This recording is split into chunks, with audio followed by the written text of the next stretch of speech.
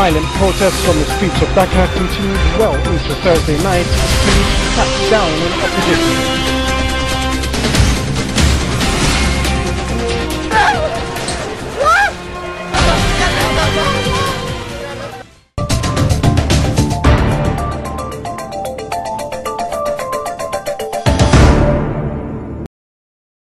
আমার দেশ পত্রিকার সম্পাদক মাহমুদুর রহমানকে ৩ মামলায় ১৩ দিনের রিমান্ড মঞ্জুর করেছেন আদালত। এর আগে শুনানির জন্য মাহমুদুর রহমানকে আদালতে তোলা হয়।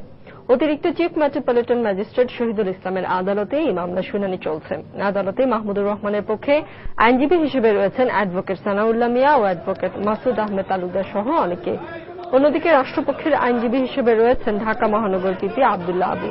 সকালে আমার দেশ পত্রিকার কার্যালয় থেকে রাষ্ট্রদ্রোহ এবং সাইবার অপরাধ আইনে দায়ের করা মামলায় মাহমুদুর রহমানকে গ্রেফতার করে ডিবি পুলিশ।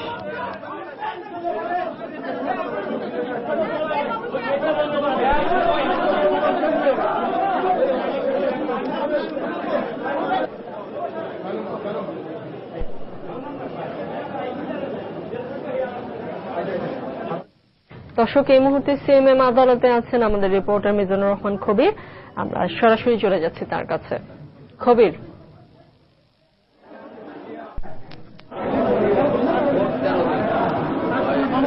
মামলা তিনটা হলো, একটা হলো যে আগের যে মামলাটা রাষ্ট্রদ্রোহ মামলাটা করছে ওটার মধ্যে 7 দিন, আর তেজগাঁয়ের একটা মামলা 3 দিনের মামলা, একটা মামলা 3 দিন, মোট 7 আদালত। এবং আজকে যে মামলার কারণে তাকে গ্রেফতার করা হয়েছিল এই মামলা সহ আরো 2টি মামলা, মোট 3টি মামলায় তাকে এই 13 দিনের রিমান্ড মঞ্জুর করেছে। রিমান্ড মঞ্জুর করেছেন বিচারপতি শহীদুল ইসলামের যে আদালত, এবং তিনি হচ্ছেন অতিরিক্ত chief metropolitan magistrate Shahidul Islam. তিনি এই আবেদন মঞ্জুর করেন। এবং একটু আগে আমরা আরো জেনেছি যে বিএনপিপন্থী আইনজীবী মাহমুদুর রহমানের পক্ষে যে আইনজীবী লড়েছিলেন তারা বলেছেন যে মাহমুদুর রহমান নিজেই তার মামলার শুনানিতে অংশগ্রহণ করেছেন। অবশ্য তার পক্ষে অ্যাডভোকেট সানাউল্লাহ মিয়া এবং অ্যাডভোকেট মাসুদুর রহমান সহ অন্যান্য আইনজীবীরা ছিলেন, এবং সরকার পক্ষে যে অ্যাডভোকেট আব্দুল্লাহ আবু তিনি সরকার পক্ষে শুনানিতে অংশ নেন। আপনারা এখন দেখতে পাচ্ছেন যে এই কিছুক্ষণের মধ্যেই মাহমুদুর রহমানকে বের করা হবে, ইতিমধ্যে বের করা হয়েছে। দর্শকের মধ্যে মাহমুদুর রহমানকে সে এজলাস থেকে বের করে আবার নিয়ে যাওয়া হচ্ছে, আবার নিয়ে যাওয়া হচ্ছে তাকে।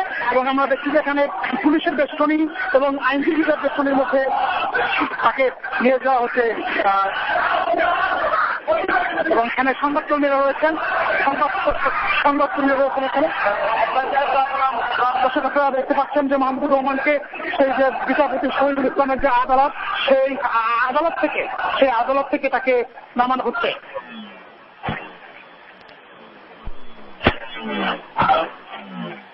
পুলিশের বেষ্টনীর মাধ্যমে তাকে নামানো হচ্ছে।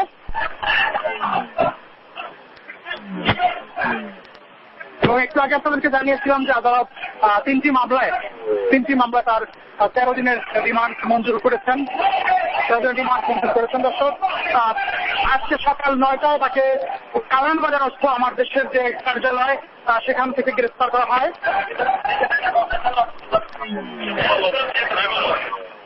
এবং গ্রেফতার করার পরপরই তাকে নিয়ে যাওয়া হয় ডিবি কার্যালয়ে, এবং সেখানে কয়েক ঘন্টা অবস্থানের পর তাকে আদালতে হাজির করা হয়। আপনাদেরকে আগের সংবাদগুলোতে আমরা যেরকম জানিয়েছিলাম যে তাকে সিএমএম কোর্টে 2:35-এর দিকে আনা হয়েছিল, এবং এরপরে তাকে 3টার কিছু সময় পরে তাকে হাজির করা হয়।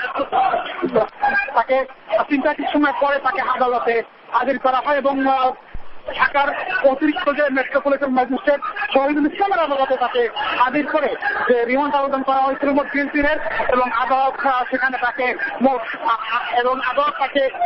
13 দিনের রিমান্ড মঞ্জুর করেছেন। এখানে আপনারা দেখতে পাচ্ছেন যে মাহমুদুর রহমান এখন পুলিশ হেফাজতে নিয়ে যাওয়া হবে বলে কিন্তু নিজে নামানো হচ্ছে, এবং সিএমএম কোর্টের সামনে বিপুল সংখ্যক সংবাদকর্মী, আইনজীবী, পুলিশ, আইন শৃঙ্খলা রক্ষা বাহিনীর সদস্য, জনতা এখানে রয়েছে। এখানে মুহুর্মুহু মিছিল দিচ্ছেন যে আমাদের দেশের ভারপ্রাপ্ত সম্পাদকের বিরুদ্ধে যে মামলাগুলো করা হয়েছে সেই মামলাগুলোর বিরুদ্ধে এবং তার গ্রেফতারের বিরুদ্ধে, রিমান্ড আবেদনের বিরুদ্ধে সর্বোপরি তারা কিন্তু এখানে মিছিল দিচ্ছেন। এবং আপনারা দেখতে পাচ্ছেন যে মাহমুদুর রহমানকে এই সভাতে নামিয়ে আনা হয়েছে মেট্রোপলিটন ম্যাজিস্ট্রেট কোর্টের একেবারে নিচে, এবং তাকে আর কিছুক্ষণের মধ্যে পুলিশ হেফাজতে নিয়ে নেওয়া হবে। এখানে আইনজীবী সহ সংবাদকর্মীরা রয়েছেন। হট্টগোলের মতো একটি পরিস্থিতি এখানে আপনারা দেখতে পাচ্ছেন। দর্শক, আমরা দেখতে পাচ্ছি যে আমার দেশের ভারপ্রাপ্ত সম্পাদক মাহমুদুর রহমানকে নিয়ে আসা হচ্ছে পুলিশ হেফাজতে নিয়ে রাখার জন্য, এবং পুলিশের বেষ্টনীর মধ্যে আবদ্ধ রেখে তাকে নিয়ে আসা হচ্ছে।